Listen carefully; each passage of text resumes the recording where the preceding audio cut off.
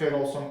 Hazırda Avropanın İlçiyam Davleyev Hava Tədqiqatları Mərkəzinin eyni zamanda Avropanın ikinci ən dəqiq hava təhlillərini təqdim edən modellərin əsası olan Alman modellərinin yenilənmiş məlumatların təhlillərinə əsasən Qafqazın cənubi və Azərbaycan ərazisində aprel ayının xüsusilə də 5-i və 6-sında hava şəraitinin yenidən dəyişilməsi gözlənir. Xüsusilə də aprel ayının artıq 4-dən başlayaraq Qafqazın cənubunda hava şəraitinin dəyişikliklərinin ilkin prosesləri başlayacaq. Çünki yerli hava şüalarının təsirindən Qafqazın cənubunda ara bir yağış yağması ehtimalı var. Artıq aprel ayının xüsusilə də 5-i və 6-sında isə xarici hava axınlarının, yəni xüsusilə də Xəzər dənizi ərazisindən Qazaxıstan ərazisində formalaşan ekstratropik tipli siklon sisteminin, yəni aprel ayının 5-i və 6-sında Qazaxıstan ərazisində formalaşması gözlənilən ekstratropik siklon sisteminin artıq bu modelin göstərdiyi kimi hava axınları ilə xüsusilə Xəzər dənizindən rütubətli yağış axınlarını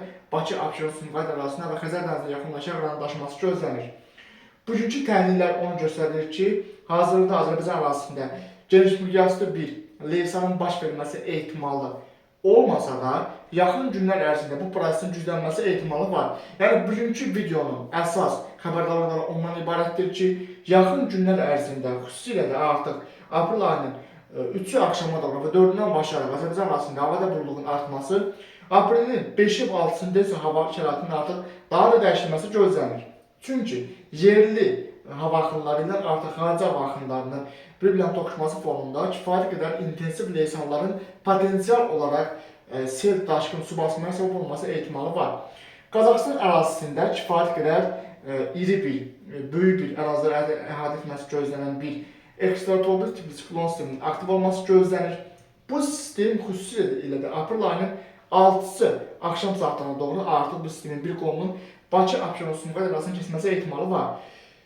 Bu proseslər kanalda əvvəlcə dəfələrlə bildiyimiz kimi bu proseslərin intensivliyinin dəfələrlə artması müşahidə olunur faktiki olaraq və artıq yaxın gələcəkdə də biz bu proseslərin təsirindən artıq bir sıra ərazilərdə yenidən problemlərin yaranmasına səbəb olan bir hava hadisələrinin artmasını biz müşahidə edəcəyik.